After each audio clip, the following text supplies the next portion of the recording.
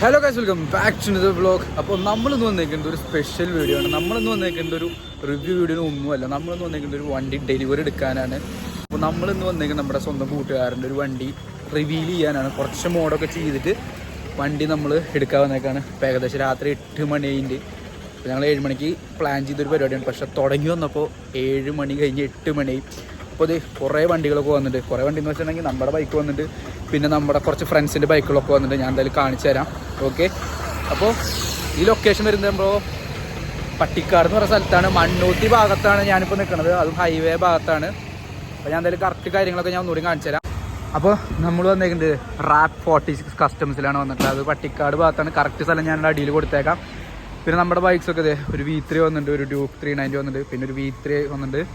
പിന്നെ നമ്മുടെ RC ദേ അവിടെ ഇരിക്കേണ്ടത്. ഞാൻ RCനെ കാണിച്ചില്ല എന്ന് പറഞ്ഞത്. RC ഫാൻ ദേ അവിടെ ഒരുത്തം നോക്കുന്നുണ്ട്. എന്താ മോനെ കാണിക്കുന്നത്, കണ്ടു കിട്ടി. അങ്ങനെ റിവീലിംഗ് ടൈം ആയിട്ട്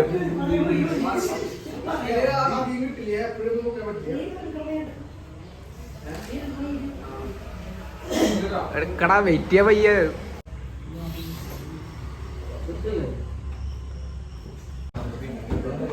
ഓക്കെ, ഇതാണ് നമ്മുടെ ഒരു ഫ്രണ്ട്, ആരോടോ തുള്ളിക്കൊണ്ടിരിക്കുക. ആൻഡ് ഇതാണ് ഞാൻ പറഞ്ഞ V3. ഈ V3 നിങ്ങൾ ചിലപ്പോൾ കണ്ടിട്ടുണ്ടാവും. നമ്മൾ ഈ വണ്ടിയുടെ ഒരു വീഡിയോ എടുത്തിട്ടുണ്ടായിരുന്നു.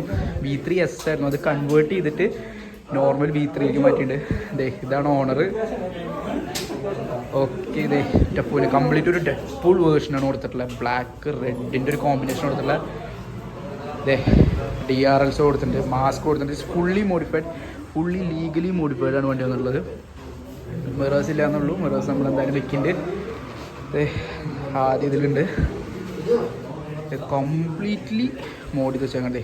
ഫെയറിങ്, അതെ ഫെയറിങ്ങിൻ്റെ കണ്ടീഷൻ എന്ന് വെച്ചിട്ടുണ്ടെങ്കിൽ പൊന്നെ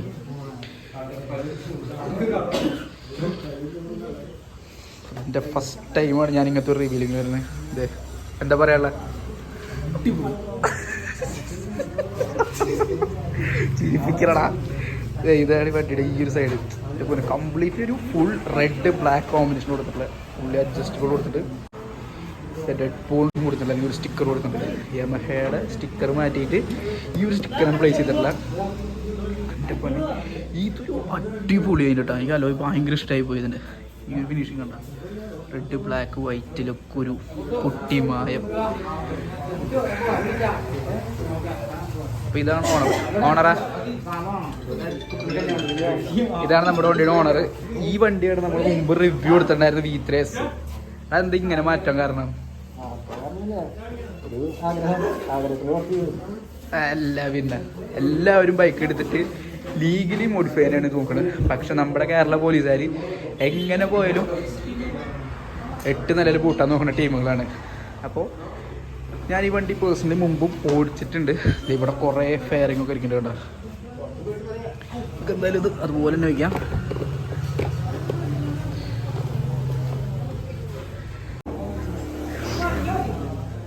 അപ്പോൾ ഇതാണ് നമ്മുടെ കുഞ്ഞൊരു വിഷയം എന്ന് പറയുന്നത്. ഈ വണ്ടിയുടെ ബിഫോർ ആൻഡ് ആഫ്റ്റർ ഒക്കെ ഞാൻ നേരിട്ട് കണ്ടിട്ടുള്ള ആളാണ്.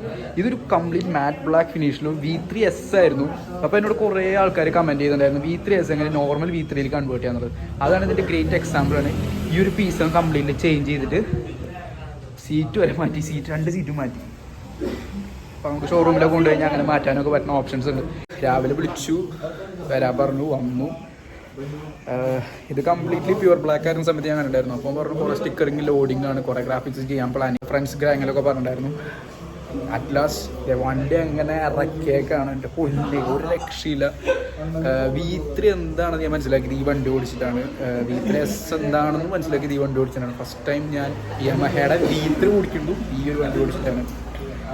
ആൻഡ് മുഖമൊക്കെ നല്ല ഡള്ളായിട്ടിരിക്കും. നമ്മുടെ പട്ടിക്കാട് ഭാഗം, നമ്മുടെ മണ്ണൂത്തി ഹൈവേയിൽ നല്ല രീതിയിൽ മണ്ണിൻ്റെ ചളിയുടെ അകത്തോടേക്ക് വന്നിട്ടുള്ള. ആൻഡ് കുറച്ചധികം വിശേഷങ്ങളൊക്കെ ഞാൻ കാണിച്ചു തരാം. പിന്നെ ഇതാണ് നമ്മുടെ ഓണറിൻ്റെ കാര്യങ്ങളൊക്കെ പറഞ്ഞിട്ടുണ്ടായിരുന്നു. And much happy to see this bike again. കുറേ നാളായി വണ്ടി നേരിട്ട് വന്നിട്ട്. അപ്പോൾ ഇതിൻ്റെ എന്തൊരു വീഡിയോ ഞാൻ കുറച്ച് നാളായി ചെയ്യാൻ പ്ലാൻ ചെയ്യുന്നത്. അപ്പോൾ എന്തായാലും ആസ് സൂൺ ആസ് പോസിബിൾ നമ്മൾ ഈ വണ്ടിയുടെ വീഡിയോ ചെയ്യുന്നതായിരിക്കും. അങ്ങനെ നമ്മുടെ റിവീലിംഗ് പരിപാടി കഴിഞ്ഞത് നമ്മുടെ റാപ്പ് 46 കസ്റ്റംസിലാണ് നമ്മളിപ്പോൾ നിൽക്കുന്നത്. അപ്പോൾ പരിപാടികളൊക്കെ കഴിഞ്ഞത് നമ്മുടെ ഓണേഴ്സൊക്കെ അവിടെ നിൽക്കുന്നുണ്ട്. വണ്ടികളുടെയൊക്കെ നമ്മുടെ കൂട്ടുകാരവിടെ ഉണ്ട്. അവിടെ ഒരു ഓൾറെഡി ചെയ്തുകൊണ്ടിരിക്കുന്നുണ്ട്. പിന്നെ നമ്മുടെ V3 ഇവിടെ ഇരിക്കുന്നുണ്ട്. എൻ്റെ പൊന്നെ. അങ്ങനെ ഞാൻ കറക്റ്റ് ലൊക്കേഷൻ പറയുകയാണെങ്കിൽ നമ്മുടെ പീച്ചി ഡാമിലേക്കൊക്കെ പോകുന്ന റൂട്ട് ഉണ്ടല്ലോ, ആ ഭാഗത്താണ് ഈ ഒരു സ്ഥലം. കറക്റ്റ് എനിക്കറിയില്ല. മുമ്പെപ്പോഴും ഞാൻ പീച്ചി ഡാമിലേക്ക് ഞങ്ങളൊരു ഉറപ്പങ്കെട്ട് എന്ന് പറഞ്ഞ സ്ഥലത്തേക്ക് പോയിട്ടുണ്ടായിരുന്നു. ആ ഒരു ഓർമ്മ ഞങ്ങൾക്ക് ഈ റോട്ടിലൂടെ വന്നു. ഈ റോഡൊക്കെ കാണുമ്പോൾ കൊതിയാണ്. ഹൈവേ ഒക്കെ കാണുമ്പോൾ ഇപ്പോൾ ദേഷ്യം വരും. ഞങ്ങൾ വന്ന ഹൈവേ ഒക്കെ കല്ലും കട്ടയും മണ്ണൊക്കെ അടിച്ചിട്ട് ഞങ്ങളുടെ കിളി പോയില്ലായിരുന്നു. അത്യാവശ്യം നല്ല റോഡാണ്, പിക്ക് എടുക്കാൻ പറ്റിയ നല്ല സ്ഥലമൊക്കെ ഉണ്ട് ഇവിടെ. അപ്പോൾ ഇത്രയുള്ള നമ്മുടെ ഒരു കുഞ്ഞൊരു വീഡിയോ. ഇത്ര ആൾക്കാർക്ക് ഈ വീഡിയോ ഇഷ്ടമാവുമെന്ന് എനിക്കറിയില്ല. ബട്ട് ഈ ഒരു വീഡിയോ എന്ന് പറഞ്ഞാൽ അത്യാവശ്യം എനിക്ക് നല്ല മെമ്മറബിൾ ആയിട്ടുള്ളൊരു വീഡിയോസാണ്. വേറെ ഒന്നും പറയാനില്ല എനിക്ക് ഇതിനെ പറ്റിയിട്ട്, ബിക്കോസ് അത്രയ്ക്ക് മെമ്മറബിൾ ആയിട്ടുള്ള വീഡിയോ ആണ്. കുറേ നാൾക്ക് ശേഷം ഞാൻ ഈ വണ്ടി കാണാണ്, അതും വേറൊരു രൂപത്തിലാണ് കാണുന്നത്. ഞാൻ കാണുന്ന സമയത്ത് മാസ്ക് ഒന്നും ഉണ്ടായിരുന്നില്ല. ആൻഡ് ഭയങ്കര ഹാപ്പിയാണ് ഈ വണ്ടി കാണുമ്പോൾ. അപ്പോൾ അടുത്തൊരു വീഡിയോയിൽ കാണുന്നവരെ.